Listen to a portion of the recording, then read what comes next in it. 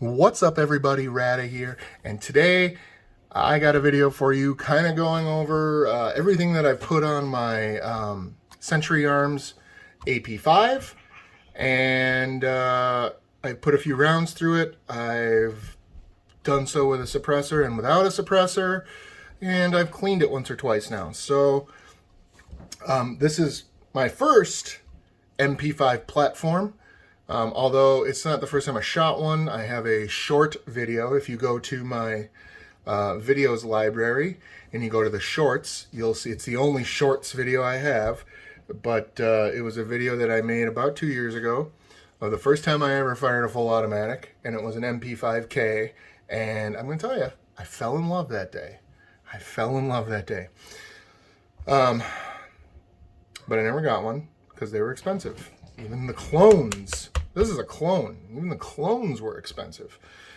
So I'm not going to get too much into it because I went into detail in my unboxing, but this is not an H&K, although you may be led to think so with the trigger housing that I have on here. This is not the one that comes with it. And my collapsible brace and a few other things. So the first thing I guess I'll mention is the front grip, which you saw me put this handguard on in the unboxing video. I'm a big fan of the wide or the tropical grip. I think it just has a really cool look to it that, I don't know, I'm a big fan of that look. Let me change my lighting a little bit here. There we go. Big fan of the tropical look. And of course, you have these mags. These are also made by MKE.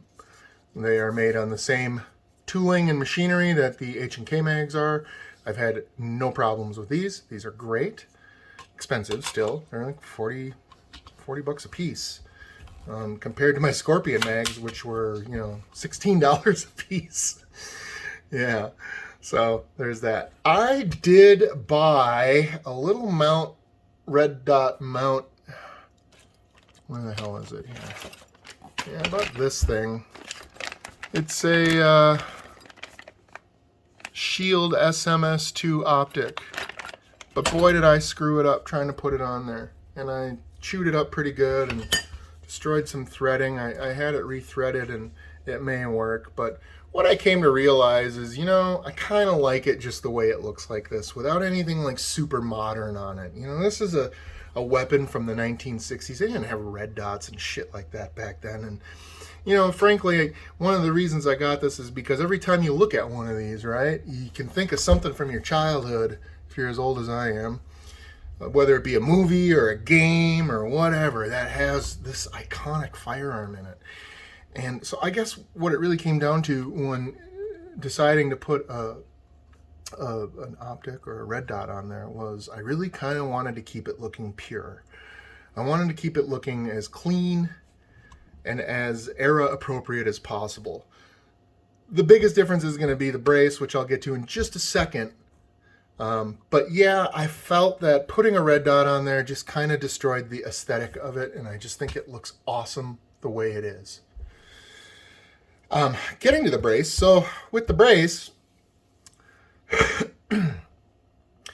I didn't want to put in I don't really want to SBR anything that I own. If I have to, I have to. We'll get to that bridge when we cross it. Many of my friends are asking me what I'm going to do with regards to the ATF pistol brace rule.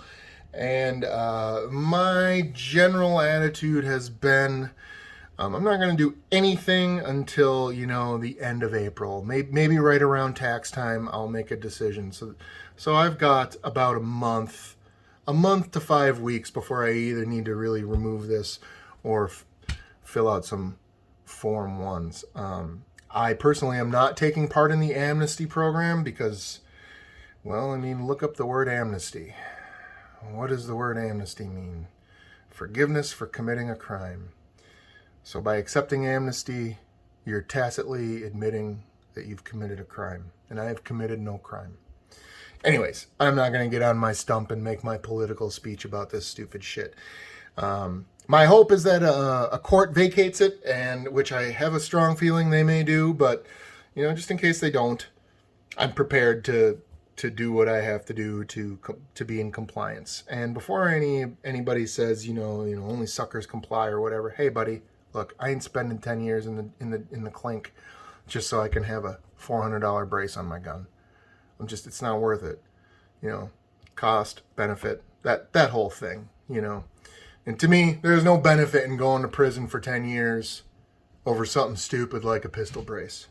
So that's not going to happen. I'm either going to remove it and destroy it, or I'm going to SBR the whole thing.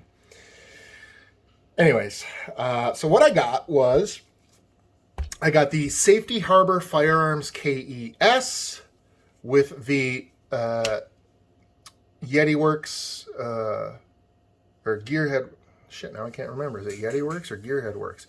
One of the works, tail hook. It is very nice. It is very sturdy. There's almost no play there. It's a 3-position, and they lock. So if you push the button and you pull it out, it will stop at 1. You can push it again, and it will stop at the next one. However, if you do it in one fluid motion, you can pull all 3 of them out just like that. I have this configured. Again, I'm left-handed, so when I use the brace, it works and fits really nicely on my arm.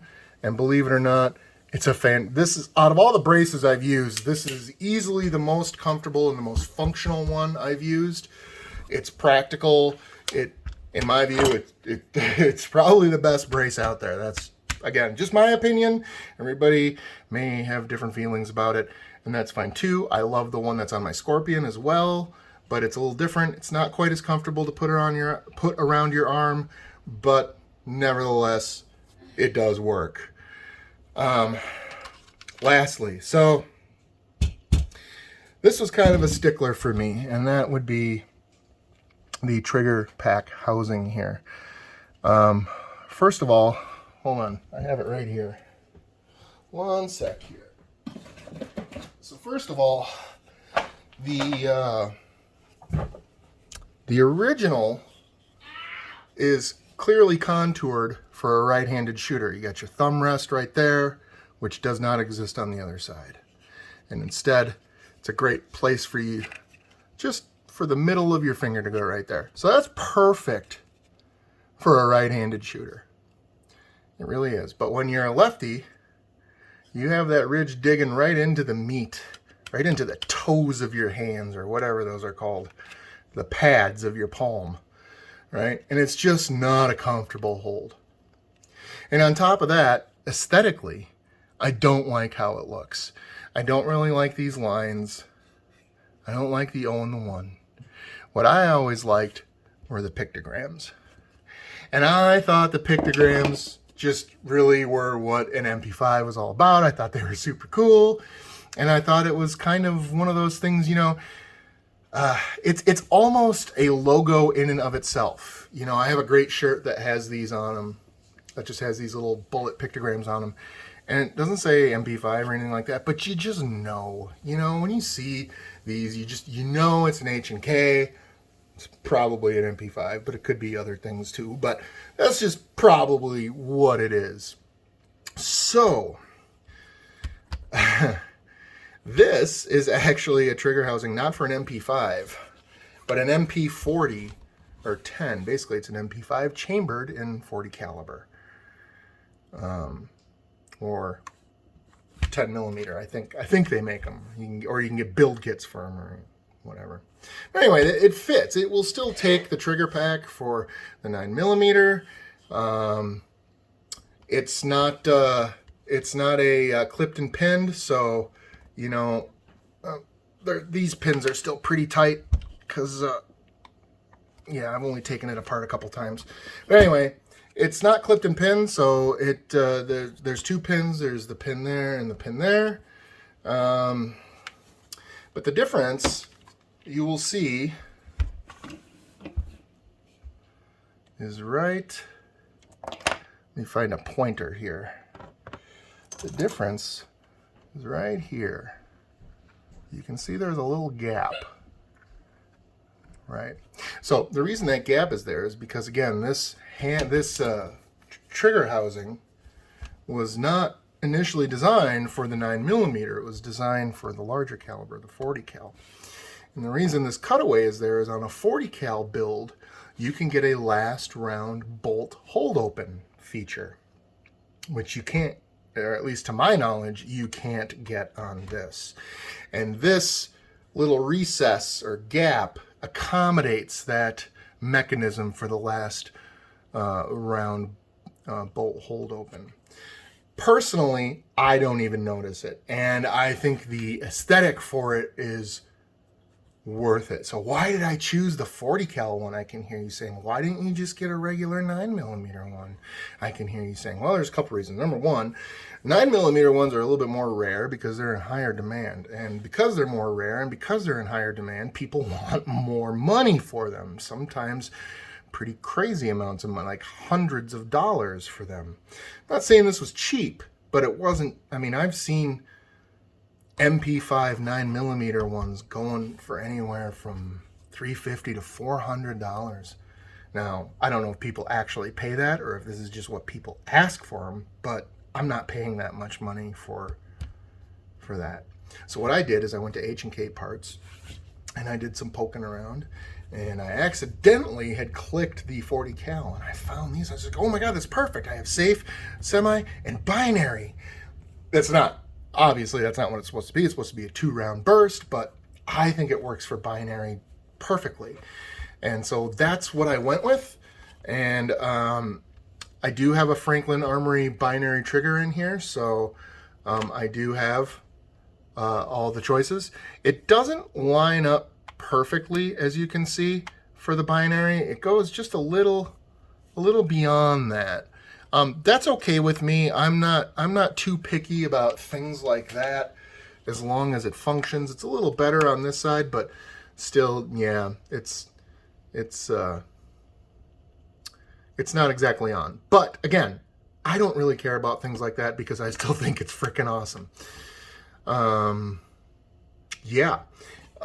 So like I say, if you really like the MP5 platform, it's something that you want to get into, but you don't want to spend $3,000, although this build is pretty dang close.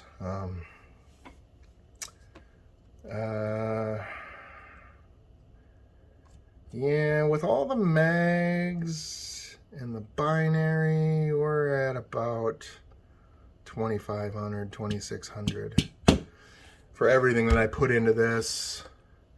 So, I mean, it's still not cheap, but you know, if I was to get an H&K, well, if I was to get an H&K, I probably wouldn't have swapped this out. If I would have bought the SP5 instead, I probably wouldn't have swapped out this because it has the H&K, although it does not have the second pictograph, it just has that.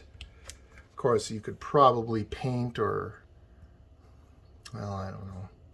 I don't know what they use again. I would assume that's paint, but I guess I don't really know. Hey, if anybody knows how they put this on here, leave a comment in the comment section. Let me know. I'd love to know. But anyways, yeah, so this is my AP5 build, or if you can call it a build. Like I say, the only things on here from that weren't on it out of the box is the tropical handguard, the navy lower with the binary trigger, and these safety levers, these safety selector switches are special. So one of the things about this trigger housing is the hole here for the safety bar to go through is much bigger, right? So if you put this binary in there, and there's going to be a lot of wiggle room for these safety switches, they would probably wiggle a little bit. But on the inside of these safety switches, there is a protruded ring around that fits just inside the diameter of, just inside the edge of the circle, which makes them nice and snug. So they fit nice and perfect. They don't wiggle or wobble around. It's nice, smooth safety too. So, I've put very few rounds through this, unfortunately. It is the middle of the winter in Wisconsin, and I'm not really a big fan of indoor ranges. I like going outside. I can kind of do what I want to do, and I can kind of have my own fun in my own way, and there's a lot less rules. Not that I do dangerous or crazy stuff, but I like to set up chronographs, and sometimes I like to shoot, you know, targets that an indoor range may not let you shoot. So, you know, that's kind of how I am. So I've only put about 300 rounds through it. I've put, of those 300, about 100 of them were suppressed. When I got my suppressor out of jail on February 8th of this year, I went that day out to the range, because how do you wait for 290 days to get something and then not go out even if it's freezing cold out? So anyway, I put about 100 suppressed rounds through here. This thing is a joy to shoot. I mean, I said that about my Scorpion, but holy smokes, this thing is just a joy to shoot. If you have never experienced roller lock delay, I don't know if I can really express to you just how wonderful it is, and how you may want to look into it. Because there's nothing like roller lock delay. And roller lock delay suppressed is even, it's probably one of the nicest, softest shooting 9mm guns I've ever had the pleasure of shooting in my life. And the roller lock delay really shines when you get into the rapid fire, or really in full auto. If you ever have the opportunity to go to a gun store that rents guns, that has an indoor range that rents guns, and they have an MP5 or an MP5K or anything like that, anything you can get your hands on, it is so absolutely worth it to, you know, I don't know if they'll charge you $50 to rent the gun and then you got to buy a bunch of ammo, but it is so worth it. And I would highly recommend that if you're into these kinds of things, if you like going to shoot crazy guns, and you like machine guns, and you like nostalgia, I mean, who doesn't think of Die Hard the instant they see this thing? I mean, I know I do, and I look at it every day. So yeah. Hey, if you have deeper pockets than me and you're willing to take a risk, then go with the H&K SP5. Because that's going to get you as close to the MP5 as you're probably going to be able to get. Although this is the Century Arms AP5, which is made by MKE in Turkey, and it's made on the same equipment and tooling and dies and all that other crap that H&K uses. You know, H&K's designs, H&K's blessing, which I think is kind of a big deal. And you know, it's a Turkish MP5, really isn't what it is. And from what I can tell, and I just like my AR-15s, I don't know a whole lot about these things. I don't know a whole lot about MP5s. I don't know a whole lot about H&K, but I do know that this is pretty fun to shoot, and I do know that it definitely will turn some heads. You don't, where I live, you don't see things like this every day. So it'll be interesting this summer and this spring. Can't wait for my old man to shoot it. Because as I've told him, there's nothing like roller lock delay. His brother had a couple real deals of these back in the day. You know, I don't think he has them anymore, but back in the day when I was just a young grasshopper, my uncle down in southern Wisconsin had two real MP5s with the giggle switch, the full auto, and he was really into them.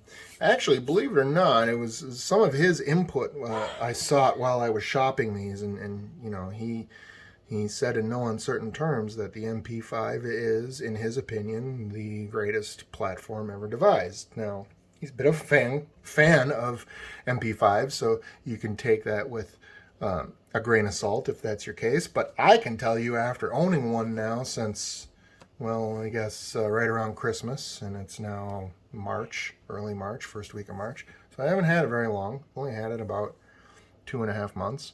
And in that 2.5 months, I put 300 rounds through it. And so far, it's been a lot of fun. So yeah. So anyway, that is my video on my AP5. And I'm just going to say, if you were ever curious and you wanted to dip your toes into this platform and you just weren't sure if the clones were good, or you didn't want to spend $3 grand on an H&K, or whatever your reason being, first of all, the platform is excellent. And secondly, the MKE, or Century Arms, is, as far as I can tell, is a fantastic clone. I haven't had any issues with it. I like to talk about feed errors and feed issues in my other videos. I have had no feed issues with this. Again, only 300 rounds, so keep that in mind. It's not really the largest scientific sample, but I am confident that I should be able to put thousands through this thing without having any real issues. So yeah, so that's the video. That's all I got. If you guys enjoy this kind of content and you want me to profile some of my other weapons and some of my other toys, feel free to subscribe. Maybe leave a comment. I have a couple of videos that I still have to make. I still have to make my Gen 5 G22 and 40 cal 1,000 round review. And I probably could do my review on my 10 mil, although I've probably only put a few hundred rounds through it, so it might be a little premature for that. I also have a very special video that I'm going to make sometime. The very first firearm I ever owned was a firearm my dad gifted me when I turned, geez, I don't know, 14 or 15, or maybe I was older. I don't know. He gave it to me when I was young, but then I didn't take possession of it until I was in my 20s. Anyway, he gave me a I believe it's a 1953 Winchester Model 12. And it's got, you know, the checkered pump, the checkered wood pump, and it's got, you know, the design on the grip. It's a beautiful shotgun. Needs a little TLC. I'm probably going to bring it into a gunsmith here in the next couple of months and have some spots of bluing touched up if that's a thing you can do. And I have a request to see if we can get the front pump tightened down a little bit. I have a little bit of play in there that I'd like to get sorted out. But anyway, that's a video. Those are videos for other days. So there's at least, you know, 2 or 3 that I have in the chamber here that I'm planning on making. So if you enjoyed these videos, again, please subscribe, watch, comment, like, do whatever you do. Hate, hey man, hey, if you don't like my videos, leave me comments telling me how I talk too much, or how I got something wrong, or whatever. I enjoy feedback of all kind, even if it isn't constructive, although I'll probably reply with snark if you're going to be an asshole. But anyways, yeah, feel free to message, feel free to ask any questions if you have any, and until the next time, I'll see you guys later. Peace.